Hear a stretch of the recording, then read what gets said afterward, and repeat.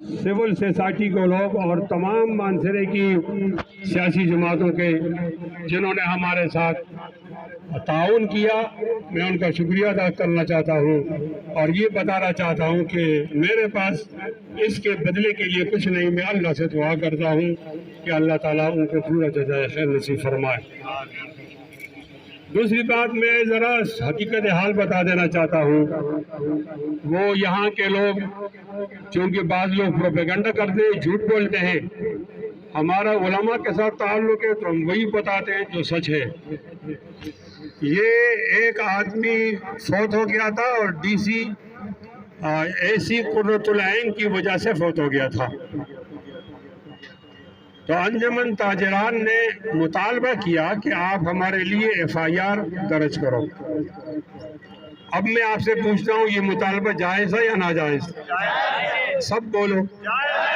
जो कहते जायज़ था वो बोलो भी और हाथ भी बुलंद करो। जायज़ है?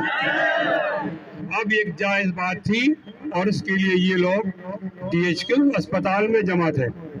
जहाँ से मुझसे गलती होती है तो मुझे बताया जाए, मैं इस्लाह पर आमादा हूँ।